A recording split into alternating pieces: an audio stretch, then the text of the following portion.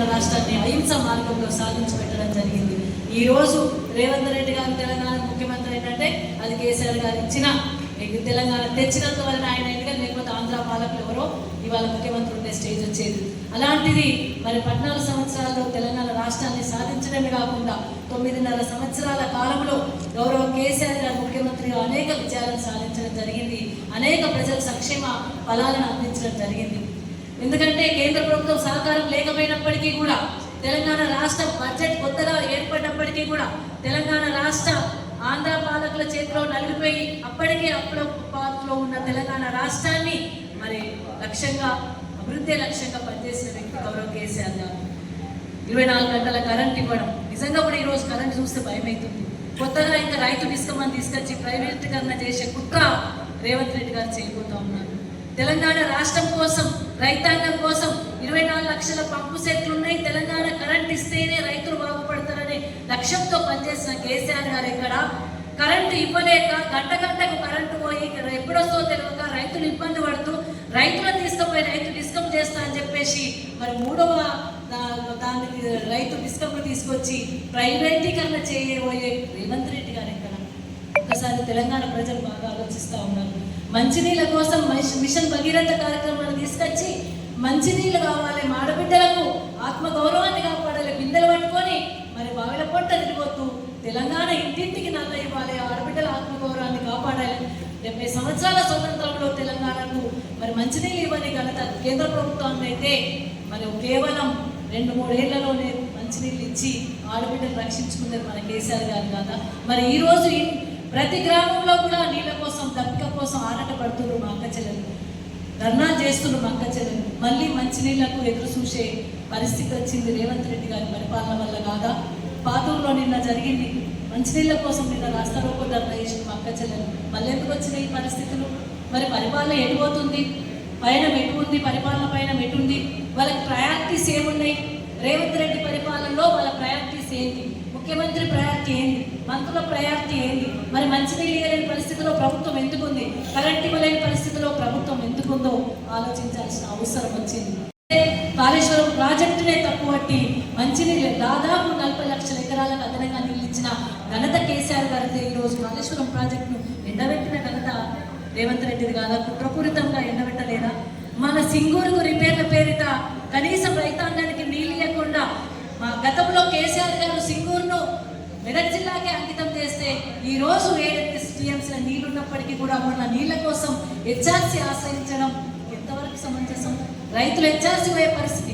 2014 కంటే ముందు, తెలంగాణ రాష్ట్రం రాకముందు హెచ్ఆర్సీని ఆశ్రయించి నీళ్ళ కోసం మనము రోడెక్కినాం. నీళ్ళ కోసం, యూరియా కోసం రోడెక్కిన రైతులు, మంచినీళ్ళ కోసం రోడెక్కిన మా అక్క చెల్లెలు. కానీ 2014 తర్వాత 9.5 సంవత్సరాల్లో రైతు రోడెక్కలేదు, యూరియా కోసం రోడెక్కలేదు, మంచినీళ్ళ కోసం రోడెక్కలేదు, సింగూరు నీళ్ళ కోసం రోడెక్కలేదు, నల్లా తిప్పుకుంటూ వచ్చినాయి. మరి కేసీఆర్ గారు ఎక్కడ, రేవంత్ రెడ్డి గారి పరిపాలన ఎక్కడో కళ్ళ కట్టినట్టు కనబడతా ఉంది ఈరోజు. అదేవిధంగా మరి ఇప్పుడు ఇంకో కుట్ర జరగబోతా ఉంది, అస్తిత్వం మీద కుట్ర. మళ్ళీ తెలంగాణలో చొరబడడానికి కుట్ర, మళ్ళీ తెలంగాణలో వాళ్ళ పార్టీల పేరుతో మోసం చేయడానికి కుట్ర. ఈ కుట్రకు మూల పురుషుడు ఎవరు? ఈ కుట్రకు మూలం ఎక్కడ? ఈ కుట్రకు పాత్రుడు ఎవరు? ఈ కుట్రకు పాత్రుడు రేవంత్ రెడ్డి గారు. రేవంత్ రెడ్డి గారు గురువే ఆంధ్ర పాలకుల ముఖ్యమంత్రిగా ఉన్నాడు కాబట్టి మళ్ళీ వాళ్ళకు దారి ఇవ్వడానికి, మళ్ళీ వాళ్ళకు తోబసు పెట్టడానికి, మళ్ళీ ఇక్కడ వచ్చి వాళ్ళకి తిష్ట వేయడానికి కుట్రపూరితమైన కుట్ర చేస్తుంది ఎవరు? రేవంత్ రెడ్డి గారు. మరి ఇది కేసీఆర్ గారు చెప్పిన అస్తిత్వం మళ్ళీ కేసీఆర్ గారు ఏదైతే భయపడ్డారో, ఏదైతే అస్తిత్వం మీద మళ్ళా పోరాటం జరగబోతా ఉంది, మళ్ళీ మనం పోరాటానికి పునరంకితం కావాల్సిన పరిస్థితి వచ్చింది అని కేసీఆర్ గారు భయపడే సంఘటనలు మళ్ళీ దాడికి మోపయ్యా, అంటే మళ్ళీ తెలంగాణ మీద దాడి మోపయ్యే పరిస్థితులు కనబడతా ఉన్నాయి. అందుకే దయచేసి మేమందరం ఇంకొకటి, రేవంత్ రెడ్డి గారు ఏ హామీ నెరవేరలేదు. ఏక చెల్లెలను కోటీశ్వరులు చేస్తున్నారు, ఏక చెల్లెలు కనీసం లక్షాధికారులు కూడా కాలేదు. తులం బంగారం అయితే లేదు, 2500 మహాలక్ష్మి స్కీమ్ లేదు, 6 గ్యారెంటీలు లేవు, ఎటువంటి మంచినీళ్ళకే లేదు, మంచినీళ్ళకే దిక్కు లేదంటే ఇంకా మహాలక్ష్మి ఎక్కడ అవుతారు మా అక్క చెల్లెలు? నీళ్లు లేని పరిస్థితి వస్తూ ఉంది, కరెంట్ లేని పరిస్థితి వస్తూ ఉంది, వడ్లు కొనలేని పరిస్థితి వస్తూ ఉంది. ఇప్పటి వరకు ఇంకా 30% వడ్లు, 40% వడ్లు రోడ్ల మీద ఉన్నాయి. రోహిణి వచ్చింది, మృగశిర రాబోతుంది. వర్షాలు పడితే మా రైతాంగం పరిస్థితి ఏంటి? ఆరుగాలం కష్టపడి రైతులు పంటలు పండించుకొని రోడ్ల మీద పోసుకొని సెంటర్ల దగ్గర పోసుకొని లబోదిబం అనే పరిస్థితి. ఒక ఆయన గుండెపోటుతో చనిపోతే, ఒక ఆయన ఎండదొబ్బతో చనిపోతే, ఒక ఆయన అయ్యో అన్నమో రామచంద్రులను చనిపోతుంటే అవి వాటిని కేవలం వాళ్ళ వాళ్ళ లెక్క రాజకీయం చేస్తున్నారని మాట్లాడే వాళ్ళు ఎంతవరకు సమంజసం? చనిపోవడం రైతులకు ఇబ్బందికరమైన పరిస్థితులు వస్తున్నాయి కదా, భయపడుతున్నారు రైతులు, ఇబ్బంది పడుతున్నారు రైతులు. కనీసం సెంటర్ల దగ్గర మంచినీళ్ళు కూడా పెట్టలేని పరిస్థితిలో ఈ కాంగ్రెస్ ప్రభుత్వం ఉన్నది. అంతేకాదు 38 నాకు విచిత్రం ఎక్కడ అంటే సంచులు 38 కిలోల సంచులు ఎక్కడ వస్తాయా? 38 కిలోల సంచి వస్తుంది, బ్యాగ్ వస్తుంది, దాంట్లో 4 కిలోలు ఇంకో సంచి వేసుకోవాలి వాళ్ళు. అసలు ఏం జరుగుతుంది? ఎవరు ఫాలోఅప్ చేస్తున్నారు? ఇంతవరకు వడ్లెందుకు పోతలేవు? ఇంతవరకు కనీసం వరదాలు ఎందుకు రాలేదు? శుద్ధిదారం ఎందుకు లేదు? ఫాలోఅప్ చేసేటోళ్ళు ఎవరు? వడ్లన్నీ పోయినాయి అంటున్నారు. అధికారులు ప్రజాప్రతినిధులు ఏం చేస్తున్నారు? తెలంగాణ రాష్ట్రానికి ఎప్పుడు తెలంగాణ ప్రజలకు తెలంగాణ రాష్ట్రం రావాలని కేసీఆర్ గారు ఉద్యమం చేసిన సందర్భంలో, మేమందరం ఉద్యమం చేసిన సందర్భంలో ఇక్కడ ఉన్న ఎవరైతే పాలన చేస్తున్నారో వాళ్ళందరూ వ్యతిరేకమే. రేవంత్ రెడ్డి గారు వ్యతిరేకమే, మైనపల్లి హనుమంతరావు గారు వ్యతిరేకమే, వాళ్ళ కొడుకు వ్యతిరేకమే. తెలంగాణకి ఎట్లా వ్యతిరేకమే వాళ్ళు? తెలంగాణ వచ్చినప్పుడు ఉద్యమంలో ఎక్కడా లేరు, ఉద్యమంలో అగేదేశం ఉన్నారు వాళ్ళు, ఉద్యమంలో ఎక్కడా లేరు, ఉద్యమంలో ఎప్పుడు పదవులు త్యాగాలు చేయలే, ఎప్పుడు ఉద్యమంలోకి రాలేదు. చేసుకున్న అంటే తెలంగాణ ఆవిర్భావం జరిగి 12 సంవత్సరాలు జరుగుతుంది. కేవలం కేసీఆర్ గారి వల్లనే తెలంగాణ రాష్ట్రం ఉద్భవించింది, దాంట్లో ఎటువంటి సందేహం లేదు. కేసీఆర్ గారు లేకపోతే తెలంగాణ రాష్ట్రం లేదు. 2001లో గులాబ్ జెండా చేతబట్టి తనకున్న డిప్యూటీ స్పీకర్ పదవి వదిలిపెట్టి సిద్దిపేట నుండి తన ఉద్యమ ప్రస్థానం ప్రారంభించి 14 సంవత్సరాలు అలుపెరగని పోరాటం. అసలు నిజంగా కూడా ఎంత కష్టపడ్డారో ఆ కుటుంబంలో పనిచేసిన, అంటే ఆ ఉద్యమంలో పనిచేసిన మాకు అందరికీ తెలుసు, చూసిన మీకు అందరికీ కూడా తెలుసు. రాజీనామా చేయమంటే తెలంగాణ 2004లో ఎమ్మెల్యేగా గెలిచినప్పుడు కూడా రాజీనామా చేయమంటే ఒక్క మాట కేసీఆర్ గారి ఒక్క మాటతోని 26 మందిలో 16 మంది శాసనసభ్యులకు రాజీనామా చేసి తెలంగాణ రాష్ట్రం కోసం అక్కడి నుండి మొదలైన ప్రస్థానం.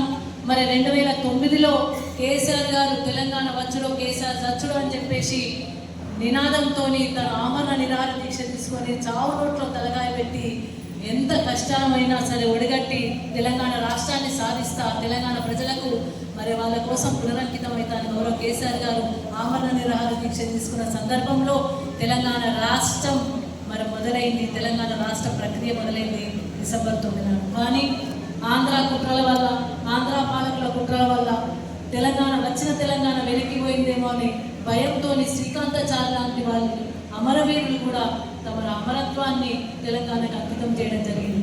ఎంతోమంది భయభ్రాంతులకు లోనే తెలంగాణ రాష్ట్రం వచ్చేది వెనక్కిపోయిందేమో, మళ్ళీ రాదేమో అని ఒక భయంతో చాలామంది, ఒక యాదయ్య కావచ్చు, ఒక పోలీస్ కృష్ణన్న కావచ్చు, ఒక చాలామంది కూడా మరి అమరలు కావడం జరిగింది. చాలా దురదృష్టకరం. అయినప్పటికీ కూడా ఈరోజు మనం వాళ్ళందరినీ కూడా గుర్తు చేసుకొని వారి యొక్క త్యాగఫలమే ఈరోజు తెలంగాణ రాష్ట్రంగా భావిస్తా ఉన్నాం.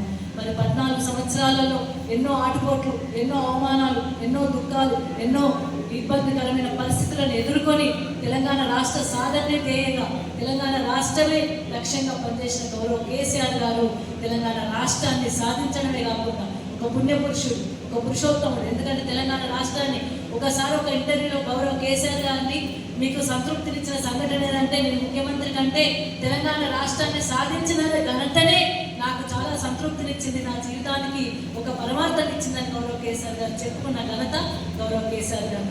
ఎంత అన్యాయం అండి! రైతు బీమా కట్టలేని పరిస్థితిలో ఈ ప్రభుత్వం ఉన్నది. అదేవిధంగా పెట్రోల్ ధరలు పెరిగినాయి, డీజిల్ ధరలు పెరిగినాయి అని చెప్పేసి మీ నాయకులే ఏదో బీజేపీ గవర్నమెంట్ మీద, బీజేపీ మీరు రెండే దొద్దే అక్కడ బీజేపీ 2 కోట్ల ఉద్యోగాలు ఇస్తారని చెప్పేసి మోడీ గారి కోసం చేస్తూ ఉన్నారు, ఇక్కడ మీరు కోసం చేస్తూ ఉన్నారు. డీజిల్ పెట్రోల్ ధరలు పెరిగితే మరి మీరు ఒక 10 రూపాయలు తగ్గి 31 రూపాయలు వస్తుంది మీకు డీజిల్ మీద, 27 రూపాయలు వస్తున్నాయి పెట్రోల్ మీద రాష్ట్రానికి ఆదాయం, 2000 కోట్ల రూపాయలు అదనంగా వస్తున్నాయి మీకు. మరి 2000 కోట్ల రూపాయలు అదనంగా వస్తున్నప్పుడు ఒక 10 రూపాయలు డీజిల్ మీద తగ్గించింది రేవంత్ రెడ్డి గారు. ఆ బీజేపీ ఎట్లా పెంచుతుంది అంటుంది కదా, మీరు ఒకటే కదా. మోడీ గారు మన స్టేజ్ మీదే చెప్పింది. అంటే కుట్ర జరుగుతూ ఉన్నాయి. కేంద్ర ప్రభుత్వం ఒకవైపు తెలంగాణ మీద కుట్ర, అదేవిధంగా రేవంత్ రెడ్డి గారు తెలంగాణ మీద కుట్రనే, అదేవిధంగా ఆంధ్ర పాలకులు ఎప్పుడైతే ఎవరైతే ఉన్నారో వాళ్ళు తెలంగాణ మీద కుట్రనే, మళ్ళీ అస్తిత్వానికి గొడ్డలు పెట్టుగా మారిపోతుంది. కాబట్టే మనం మేల్కోవాల్సిన అవసరం వచ్చింది. ఇంకా 2 సంవత్సరాల కాలంలో మనందరం కూడా మళ్ళీ పునరంకితమై పనిచేయాలనేదే గౌరవ కేసీఆర్ గారు ఆలోచన. ఏదైతే 12 సంవత్సరాలు కంప్లీట్ చేసుకున్న సందర్భంగా మనం జెండా ఆవిష్కరణ చేసుకున్నామో, మరి తెలంగాణ రాష్ట్రం వచ్చిన సందర్భం, సంతోషం, తెలంగాణ అస్తిత్వానికి మరి మళ్ళీ గొడ్డలు పెట్టుగా మారబోతుందనే బాధ ఒకవైపు కనబడుతూ ఉంది.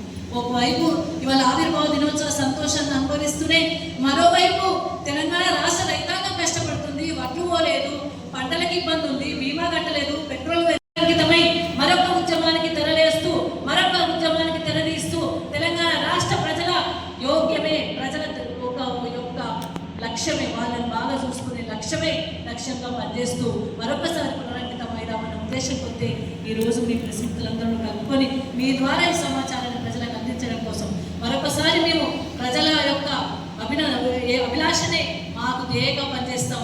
మాకు ప్రజలే మా అధిష్టానం, ఆ అధిష్టానికి అనుగుణంగా ప్రజలే లక్ష్యమే, ప్రజల యొక్క యోగ్యమే లక్ష్యంగా పనిచేస్తూ పునరంకితమని చెప్పేసి మరొకసారి మీ అందరికీ తెలియజేసుకుంటూ, మీ అందరికీ కూడా మరొకసారి శుభాకాంక్షలు, అందరికీ ధన్యవాదాలు.